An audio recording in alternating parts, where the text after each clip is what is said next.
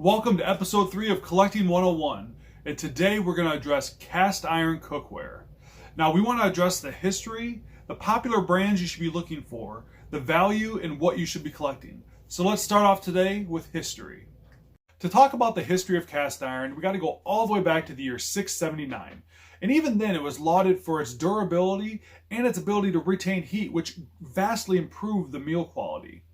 Now, before the mid-19th century, when stoves came out and became a big hit in households, the only way you were cooking your meals was inside of a hearth or suspended above a fireplace in a cast iron pot. Until 1709, when Abraham Darby, who also produced the Dutch oven, produced what's called the spider, which is a three-legged pan that could be suspended above a fireplace or campfire, which again was a huge game changer on what you could cook for your meals. Now, by the late 19th century, that's when stoves became a staple in all the households, which brought the emergence of the flat-bottom cast iron pans. Again, a huge game changer. It allowed so much more different things you could cook and the ways to cook them. The stove was a huge thing, obviously, that came about. That was a great invention that really improved the quality of life for people. Now, by the early 20th century is what I would call the heyday of cast iron cookware. It was the most popular, and again, it was valued so much for its durability. You guys are going to hear about that so much, is how durable these pans are. And also for its cheap price. I mean, it was very affordable to have these pans, especially a staple that you're using every day. I mean, there's nothing better than buying something that doesn't go bad, and it's something you could use forever and pass it down to the next person. They could use it forever. I mean, it's just an amazing product to have. Now, by the 1960s and 70s, that's when the cast iron business took a huge hit. And it took a huge hit because of Teflon-coated cookware.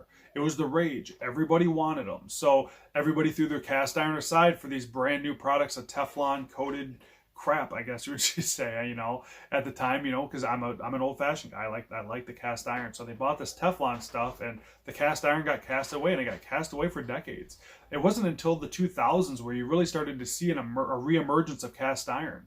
Now, you've seen it because of cooking shows. People were starting to go back and start cooking on the cast iron because the quality of meal was better, the quality taste was better, and just overall the meal was better because it was cooked off these pans that were, just able to cook a better meal, really. So once this started happening and these cook shows became popular, everybody started going out and looking for this cast iron again. And they started looking out for it, not just to collect, but to actually use. I use cast iron cookware, So, I mean, these things nowadays, you look out and there's so many people out there rebuying this stuff, and it's actually brought the back of a reemergence of the business, of actual producing cast iron. There's actual small cast iron manufacturers coming back to start producing cast iron again. So, I mean, it's really an amazing thing how everything always comes back around. I mean, you go all the way back to 679 where, it was lauded for its durability, and then now all the way back into 2021 where people are bringing it back because, again, of its durability. I mean, it's something that never goes away, and it's these amazing pieces of history. So, all right, guys, let's go on to popularity. Now, when you talk about the popularity of cast iron, you're really talking about two companies. You're talking about Griswold and Wagner. Now, Griswold was founded in 1865 by Matthew Griswold in Erie, Pennsylvania. And by the 1870s, he started producing skillets, pots, and waffle irons. Now, the waffle irons ended up being one of their most popular products that they sold and produced all the way into the 1930s. Now, the original factory was in Erie, Pennsylvania, so most of the pans have Erie stamped on the bottom of them, so it's an easy way for you guys to identify your cast iron. Now, after the huge success of the skillets came the kettles, the Dutch ovens, the roasters, and the gridirons. Now, by then, Griswold was actually known for their high-quality products they produced, and they were known worldwide for their cast iron they put out there, which was a huge accomplishment, obviously, at the time. But by the 1940s, they faced a lot of financial difficulties due to internal labor struggles. They had a lot of labor problems inside the company that really tore it down, as well as outside competition really was hurting Griswold at the time. So they ended up selling in 1957 to the Wagner Ware Company. Speaking of Wagner, let's talk about them. Wagner was founded in 1891 by Milton and Bernard Wagner in Sydney, Ohio. Now, in 1891, they started producing the cast iron skillets, Dutch ovens, and kettles, etc. But by 1892, they came up with something hugely innovative. They started mixing in nickel to the product. Now they did this because acidic food wouldn't react to the nickel, so it didn't taint their food, and it was a huge success. And so much so that in 1894 they started putting aluminum into the product. Now they did this because it made the product lighter and more easy to use, and still offered that great cast iron flavor. Now, if you want to identify your Wagner, you want to look at the bottom of your pan. Now the bottom of the pan at the beginning always just said Wagner, but by 1895 they started putting Sydney O on the bottom as well. So again, an easy way to identify your Wagnerware. Now, and I say Wagnerware because in 1992, they started putting Wagnerware at the bottom. Again, so it's really easy to identify what years your Wagners are. I mean, and Wagner was a great product. They were super popular throughout US and Europe. And at one point, they owned 60% of the market. I mean, they were very popular and had a good quality product. But during the hard times of the Great Depression, a lot of people had a hard time surviving, and Wagner took a big hit during that time. So much so that by 1952, they ended up selling their company to the Randall Company. Now, the Randall Company kept the Wagner name and ended up buying Griswold in 1957. So both of these products only lasted until the 1950s, but man, they are still highly collectible to this day, and the two biggest brands you guys are going to want to be out there looking for. So, all right, let's go on to value and what you should be collecting. Now, when we talk about value, just like anything else, it all comes down to condition. And cast iron is no different. So these are the three condition categories that I use. You got your mint. Mint's pretty self-explanatory. There's no issues. It's just a beautiful piece. That's obviously what you're looking for. But there's also rusted. Now, rusted cast iron, some people don't like. See, I do, because there's a lot of ways to bring your rusted cast iron back to pristine condition. I'm showing you guys some videos here.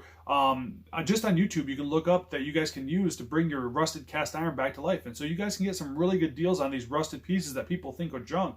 And there is ways to bring them back to really beautiful condition. So don't always pass up on the rusted pieces, because there is value there. But then there's also the category of do not touch, which is your stuff that's pitted, warped, holes in it, cracks in it. Just, I don't like wasting my time with it. I mean, obviously it's just more work and more effort than I would want to put into it, and a lot of times it's for naught anyway. So, but then it comes down to brands. Now, I always stick to Griswold and Wagner. It's just they're two high quality brands that always produced high quality products. That's what I'm sticking to, so that's what I'm going to cover. Now, when we talk about your skillets, there's numbers on your skillets. And that number identifies the diameter of your pan.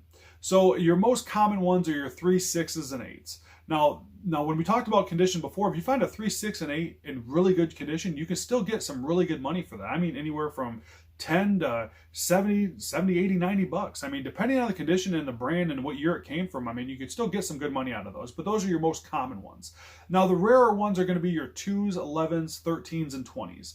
Those are rarer numbers that if you get in really good shape, you're looking at, hundreds of dollars for these cast iron pans in really good mint condition.